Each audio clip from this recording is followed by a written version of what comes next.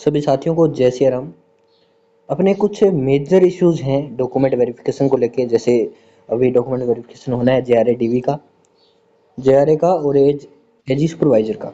ये दो डीवी अब होने को है, एक 16 को होगा, एक 21 को होगा।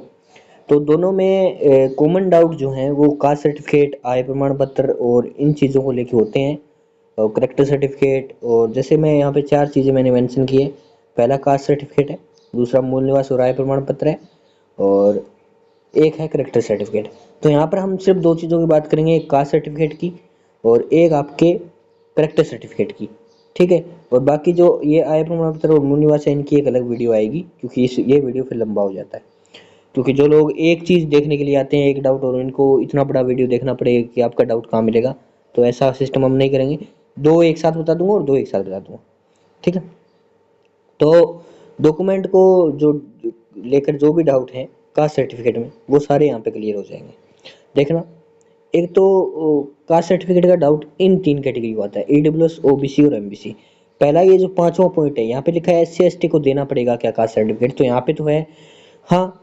यहाँ पे आपका जो कास्ट सर्टिफिकेट है वो देना तो है, लेकिन यहाँ पे आपको कोई शपथ पत्र वगैरह या कुछ और नहीं देना। ठीक है। जैसे मतलब किसी का पुराना है नया है, उससे कोई मतलब नहीं है। आप एस सी एस टी से हो, आपका जितना भी पुराना है आपका चल जाएगा। तो यहाँ पे ये 5 नंबर पॉइंट कट कर देता हूँ। ओके। अब एफिडेविट फॉर्मेट यहाँ पे कौन सा रहेगा आपको दिखाऊंगा, भरना भी बताऊंगा। पहले अब बात कर लेते हैं एफिडेविट लगेगा, क्यों लगेगा, कैसे लगेगा। सो गाइज, एक बात मैं आप लोगों को यहाँ पे स्पष्ट करना चाहूँगा। ये अब जो वीडियो बन रही है, ये वीडियो अपनी सिर्फ एजी सुपरवाइजर की है, जूनियर अकाउंटेंट का डीवी हो चुका है।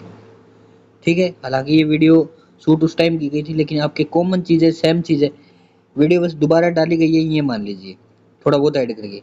तो ये जो है डाउट है वो सेम है सारे। बस आपको ध्यान क्या चीज़ रखनी है, वीडियो एजी सुपरवाइजर के लिए है। दूसरी बात ध्यान रखनी है, इसमें एक डेट मेंशन की है मैंने, वो है 26 जुलाई 2023। अब इसमें आपको समझना क्या है, यहाँ पे जो डेट लिखी है ना, वो आपकी आवेदन डेट है। तो एजी सुपरवाइजर की जो भी आवेदन डेट थी वो यहाँ पे आएगी। अब उसके हिसाब से अपना यहाँ पे देख लेना। अब यहाँ पे मैंने लिखा है कि कास्ट सर्टिफिकेट जो आपका है वो वैलिड कब से कब तक है, तो वो 26 जुलाई 2023 वाला जो है, इन्होंने आवेदन डेट है, आपकी आवेदन डेट जो भी थी उससे पहले अगर आपके पास 1 साल तक का है, तो आपको कोई भी शपथ पत्र या एफिडेविट नहीं देना। उससे पहले 1 साल का, फाइनेंशियल ईयर का कोई मैटर नहीं है, रोल नहीं करता यहाँ पे, ये चीज़ ध्यान रखें। 1 साल पहले तक का आपके पास है तो आपको कोई एफिडेविट नहीं देना। अगर आपके पास 2 साल पहले का है या 3 साल पहले का है, तो आपको एक एफिडेविट देना पड़ेगा, जैसे ये लिखा है यहाँ पे, ये वही चीज़ है 2 नंबर पॉइंट में। बस ये डेट है, ये आपकी नहीं है, यहाँ पे आपकी आवेदन डेट आएगी। ठीक है। 3 नंबर पॉइंट यहाँ पे है, अगर न्यू है, मान लीजिए आवेदन डेट का न्यू है, जैसे आपने आवेदन किया 2023 में अगस्त में, और आपका बना है मान लीजिए सितंबर में, तो फिर वो न्यू है, न्यू के लिए भी आपको एफिडेविट देना होगा। यानी न्यू के लिए और पुराने के लिए दोनों के लिए देना होगा, लेकिन देना कब नहीं है, जब आपका 1 साल के अंडर वैलिड है। यानी आपने फॉर्म जुलाई में भरा, तो आपका पिछली जुलाई तक अगर आपका बना है तो आपका वो वैलिड होगा। ये बस एक एग्जांपल दिया है यहाँ पे, इससे डेट का कोई रोल नहीं है, इस चीज़ का ध्यान रखें एजी सुपरवाइजर के लिए। यहाँ पे आपकी डेट आएगी, आपकी आवेदन तिथि क्या थी, अंतिम तिथि, उससे पहले 1 साल का है तो आपका लिए वैलिड है वो। ओके। तो अब आगे देखते हैं अपन अपना वीडियो।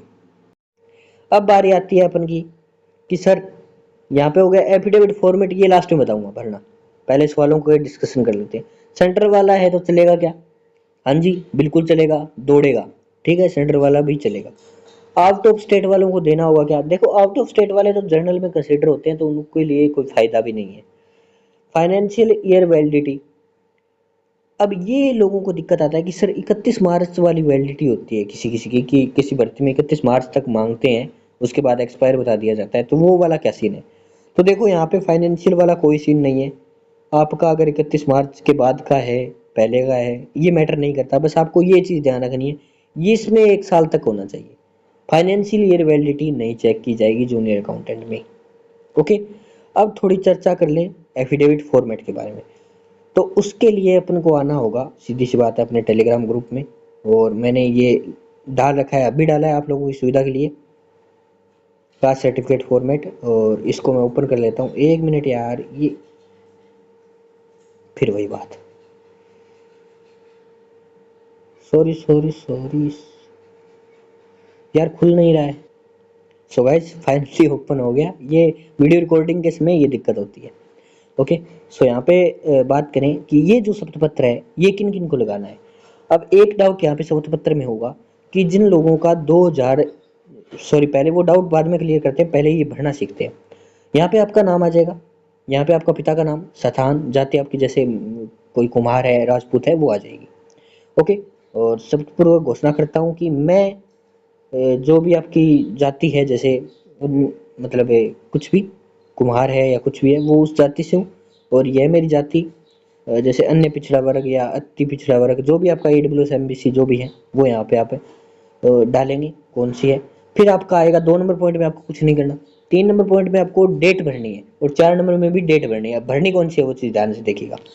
वो चीज़ ये है कि अगर आपका पुराना जाति प्रमाण पत्र अगर आपका लगभग मतलब ये मान लीजिए कि आपके 1 साल पहले का है, तो उसकी दिनांक आपको यहाँ पे भरनी है। जैसे 2023 में आपने फॉर्म भरा और आपका 2021 का है, तो उसकी डेट आप यहाँ पे भर दो। ओके। और नए वाला आप लगा रहे हो, आपके पास नया है, आप नया वाला लगा रहे हो, तो नए वाले की डेट यहाँ पे भर दो।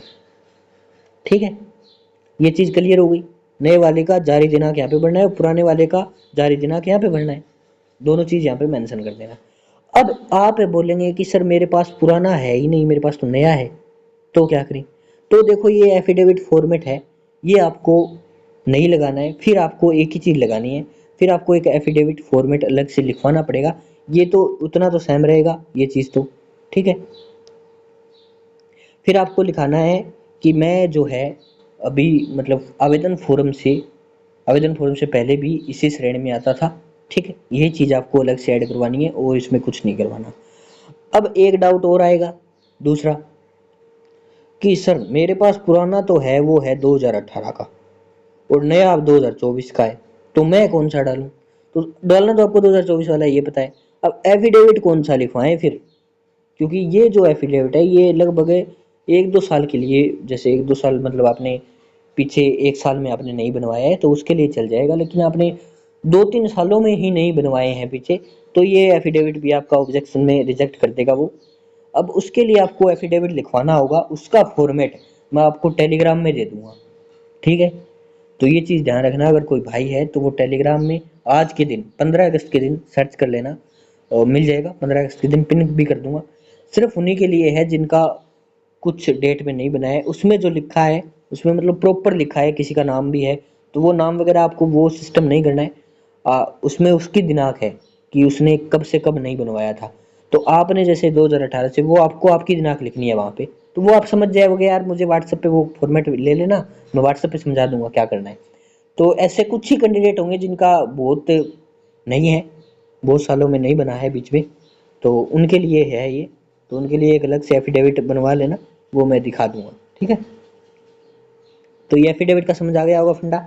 ये एफिडेविट उनको भरना है जिनका नया है और पुराना भी उनके पास है, पर पुराना जैसे 2022 का है या 2021 का है, ज़्यादा पुराना नहीं है। मतलब अगर किसी का ज़्यादा पुराना है तो उसके लिए मैंने अलग फॉर्मेट बताया है। ठीक है, वो डाल दूंगा। अब बात आती है अपनी करेक्टर सर्टिफिकेट को लेके। तो अपने डाउट PDF पे चलते हैं। यार ये डाउट PDF आ गई। तो यहाँ पे करेक्टर सर्टिफिकेट पे आते हैं। देखो करेक्टर सर्टिफिकेट में ही RSCIT का आपका क्लियर हो जाएगा। कितने लगेंगे? 3 लगेंगे जी। ठीक है, 3 लगेंगे, इस चीज़ का ध्यान रखना। करेक्टर सर्टिफिकेट अब 2 लगेंगे राजपत्रित अधिकारी वाले, जो आपको 2-2 रुपये में, 5-5 रुपये में मिल जाएंगे। फॉर्मेट हमारे टेलीग्राम पे भी उपलब्ध है। ठीक है, पर वो विदाउट फोटो वाला है जो हमारे टेलीग्राम पे है। अगर किसी को फोटो वाला मिलता है शॉप पे तो बड़ी अच्छी बात है। ठीक है, बेटर रहेगा फोटो वाला मिल जाता है तो। बाकी कोई दिक्कत नहीं है ऐसी कि फोटो वाला है नहीं, नहीं है।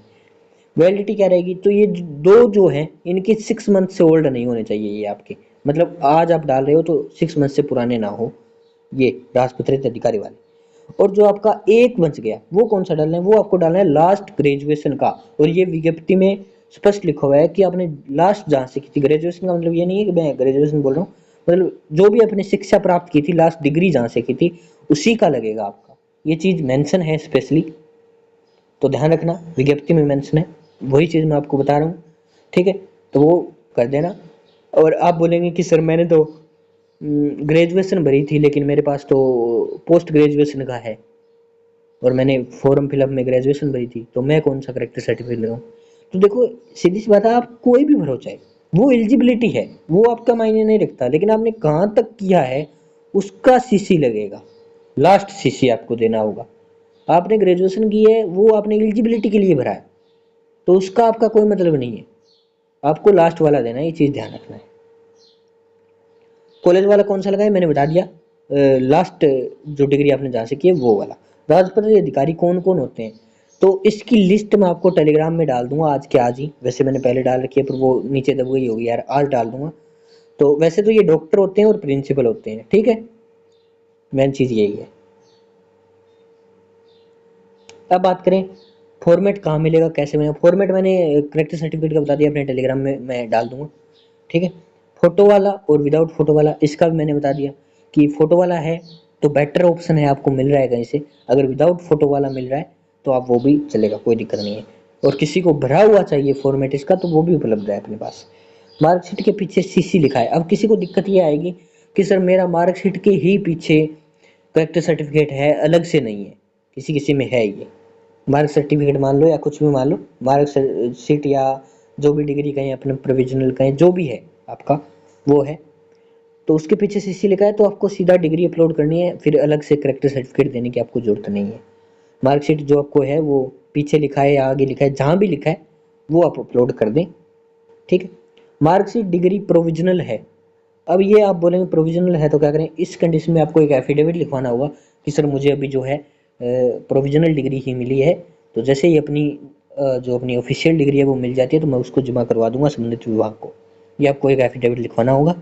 तो ये था वीडियो, मेरे हिसाब से मैंने कोई डाउट छोड़ा नहीं है दोनों चीज़ों में। अगर फिर भी आपका डाउट रहता है तो भाई आराम से वीडियो देखना, पूछ लेना। टेलीग्राम और व्हाट्सएप ग्रुप दोनों दिए गए हैं, और व्हाट्सएप ग्रुप जो अपना है उसे ज्वाइन कर लेना, आपके काम आएगा। नीचे दो व्हाट्सएप ग्रुप आपको मिलेंगे, एक नर्सिंग के लिए, एक विदाउट नर्सिंग के लिए। आपको विदाउट नर्सिंग में ज्वाइन होना है क्योंकि आप JRA से हैं, ओके। तो चैनल को सब्सक्राइब जरूर कर लेना ताकि आपको आने वाली वीडियो मिल सके। और ये दोनों आय प्रमाण पत्र वाली वीडियो थोड़ी देर में डाल दूंगा, और फॉर्म कैसे भरना है इसकी वीडियो कल सुबह आ जाएगी 16 अगस्त के दिन, ओके। तो अपने मिलते हैं नेक्स्ट वीडियो में, तब तक के लिए जय हिंद जय भारत।